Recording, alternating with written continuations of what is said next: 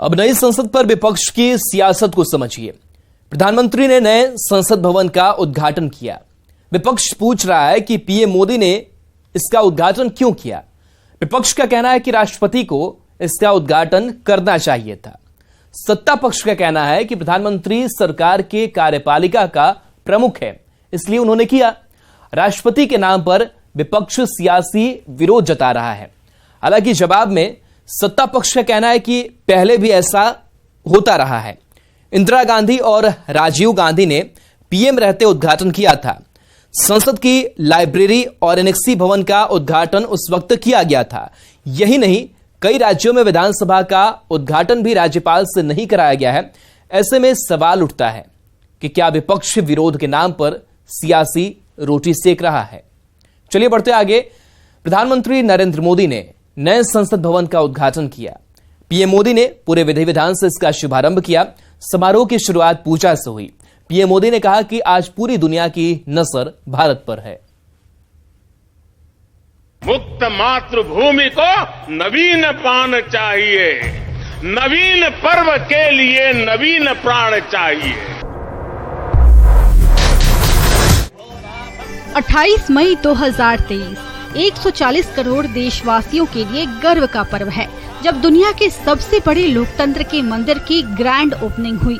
भारत के गणतंत्र की शान में 4 चांद लगाने वाले इस भवन की खूबसूरती, जो आजाद भारत के आन बान और शान का प्रतीक है, जिसे प्रधानमंत्री मोदी ने देश को समर्पित कर दिया। पीएम मोदी ने पूरे विधि विधान से इसका शुभारंभ किया। समारोह की शुरुआत पूजा से हुई, जो करीब 1 घंटे तक चली। नए संसद भवन के उद्घाटन के लिए हवन हुआ। पीएम मोदी पूजन हवन के बाद सेंगोल के सामने दंडवत हुए। साथ ही संसद भवन में सेंगोल की स्थापना के बाद पीएम नरेंद्र मोदी ने तमिलनाडु के अधिनम संतों का आशीर्वाद प्राप्त किया। अधिनम मठ के पुजारियों ने संसद के नए भवन में पीएम मोदी को सेंगोल सौंपा, जिसे नए संसद भवन में स्थापित कर दिया गया। इस दौरान सर्वधर्म सभा में बौद्ध, जैन, पारसी, सिख समेत कई धर्मों के धर्मगुरु ने अपनी अपनी प्रार्थनाएं की। नई संसद के उद्घाटन के मौके पर पीएम मोदी ने कहा कि आज पूरी दुनिया की नजर भारत पर है। हमारा लोकतंत्र ही हमारी प्रेरणा है, हमारा संविधान ही हमारा संकल्प है।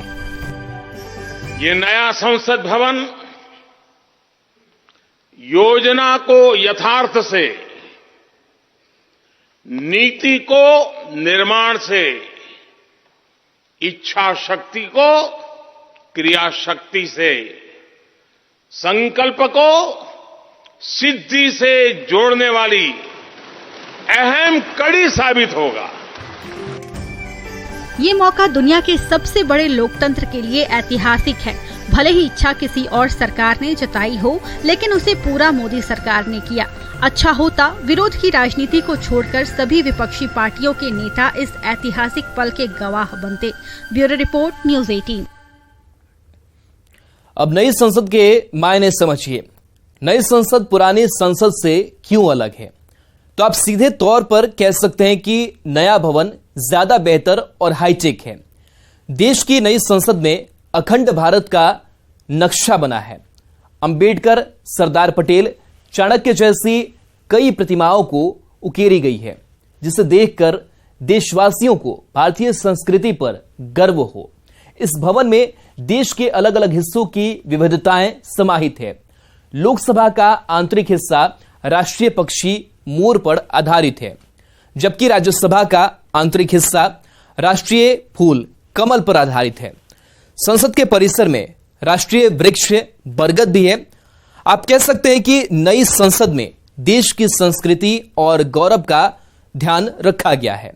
यही नहीं, परिसीमन के बाद सीटें बढ़ी तो भी सदस्यों के बैठने की जगह पर्याप्त होगी, और इसी सब मायनों में ये नया संसद भवन काफी खास है।